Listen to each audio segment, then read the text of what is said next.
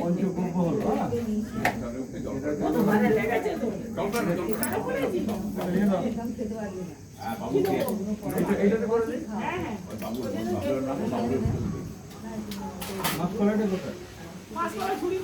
এইটুকু গুছিয়ে গাছিয়ে আবার করতে করতে করতে করতে করতে 9টার প্রায়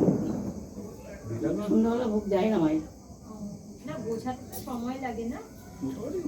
এখন তো 9টাই তো বাজতে যায় প্রায় 8:30 9টা বাজে হ্যাঁ ওই দেখ 9টা বাজে বাজে না কেন কি জানি দাদা দিক 8:30 ও 8:30 রাত প্লাস্টিকটা আছে ওই দেওয়ালের দিকে রেখো ওই সাইডে ছিল